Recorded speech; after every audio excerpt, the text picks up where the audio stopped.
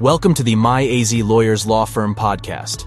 We provide information about what you can expect from the entire bankruptcy process and how to use bankruptcy protection to achieve your financial goals. Our law firm has experience successfully representing Arizona clients throughout the entire bankruptcy process, and we are able to assist you in getting a fresh financial start. This podcast series is reviewed and approved by attorney Candace Callan. In this episode, we dive into everything you need to know about how homeschooling can influence child custody decisions in Arizona. There are many schools of thought regarding what is best for a child's education. Many people assume that their children will go to public school just like they did. But it's understandable to deviate from this norm in Arizona, as we rank 51st in the nation for public education. Those educated in Arizona might not even raise an eyebrow at that statistic, although Washington, D.C. counted as a state for this ranking. Instead of dedicating more resources to our public schools, Arizona lawmakers introduced a tax credit for families that send their children to private schools. The claimed intention was to ease the burden on our public school system, but these days, it's hard to believe anything is done in politics without the motivation of making rich people's lives easier, especially at the expense of the working class. So, wealthy families can get a discount on sending their children to private school like they were already going to, and our public schools still rank dead last in the nation. If you get anxiety from headlines about school shootings, bullying, and teachers molesting their students, you might be looking for some other option. Homeschooling has long been notorious for producing socially awkward but academically gifted students. Some parents bond over a shared desire to have more control over their children's education, while others disagree over the best way for their children to learn. This kind of issue can become even more contemptuous if the parents ever split. Education is just one of the issues that needs to be addressed in a child custody plan. It may take careful convincing and negotiation to achieve your educational goals for your children, whether that is homeschooling or public or private education. Our Arizona family law team has significant experience in several specialized areas of divorce and child custody. Let's start by clarifying the differences between physical and legal custody.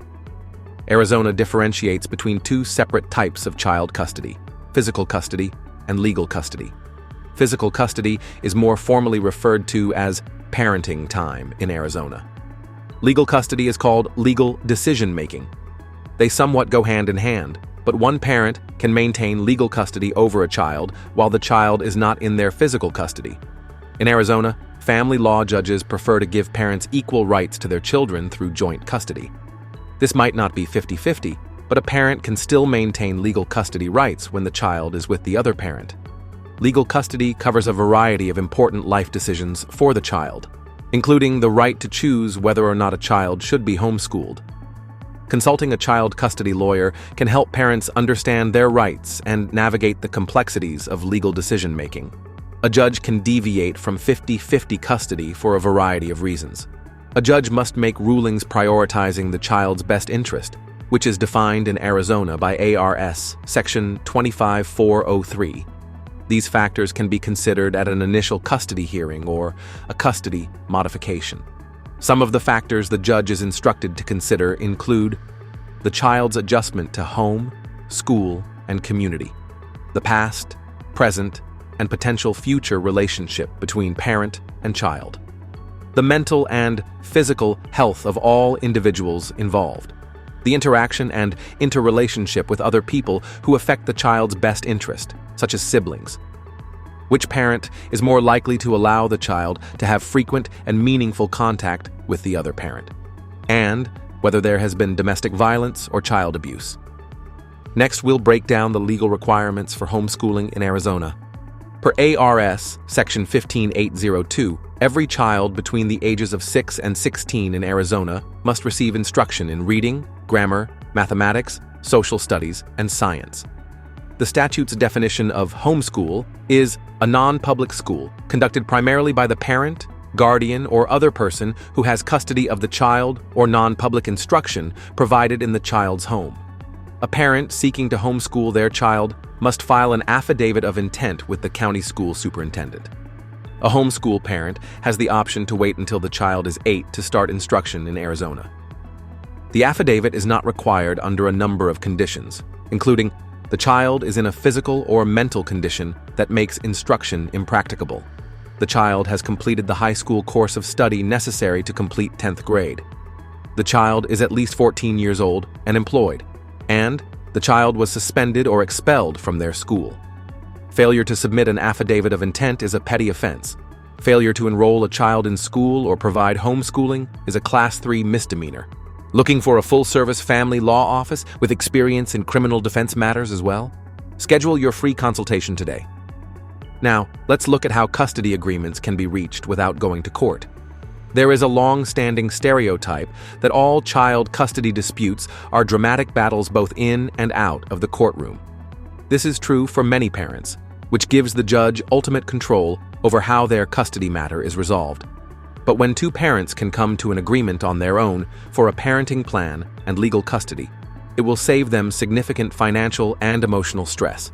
It can also help foster a more civil relationship between the parents, which will be beneficial for the child in the long run. Here are some tips for reaching an out-of-court custody agreement with your ex. Keep a journal of custody exchanges and disputes. This might not be necessary for every parent with a custody plan. However, many of our clients struggle with their child's other parent failing to fulfill promises regarding pickups and drop-offs under an informal parenting plan. If this continues to be an issue, a record of broken promises creates a solid pattern that can be taken into account when formalizing a custody arrangement. Stay on topic and do your best to keep calm. Unfortunately, custody battles can become a chance for two parents to be vindictive against each other due to resentment from their prior romantic relationship. Do your best not to bow to pressure and engage in personal attacks, even if your ex isn't taking the high road. Prepare for whatever you think your ex will bring up or demand. Your ex might be particularly concerned about your dating life going forward, so you can anticipate a request for a clause requiring several months of dating before introducing the child. Or your ex might feel strongly about homeschooling or private schooling, meaning you should brace yourself for some tense conversations if you disagree. And establish your priorities. You can be your most confident in a negotiation when you are fully aware of which issues are the most important for you and where you are willing to compromise. You can't expect to get your way on every single issue in a custody dispute, but your attorney can help you focus on what will create the best outcome for your family. If schooling disagreements are creating stress in your custody situation, we're here to help. Contact us for a free consultation. With more educational opportunities available thanks to the internet, homeschooling is more accessible than ever. But you and your child's other parent may feel very differently about this topic, as well as many others that can become relevant to your case. Our skilled family law team can help you work toward a positive resolution. Our dedicated staff and attorneys are practiced in a variety of family law specialty issues. Learn more about the benefits of hiring My AZ Lawyers for your family law case by calling 480-470-1504 or visit us online at myazlawyers.com. Don't hesitate to contact us today. Thank you for listening to the My AZ Lawyers Law Firm podcast. Whether you feel prey to a credit card with hidden fees and a high interest rate, or misfortune has taken your job, family, or health, declaring bankruptcy may be the answer to your problems. If you're thinking about declaring bankruptcy in Arizona, do not hesitate to call our experienced attorneys.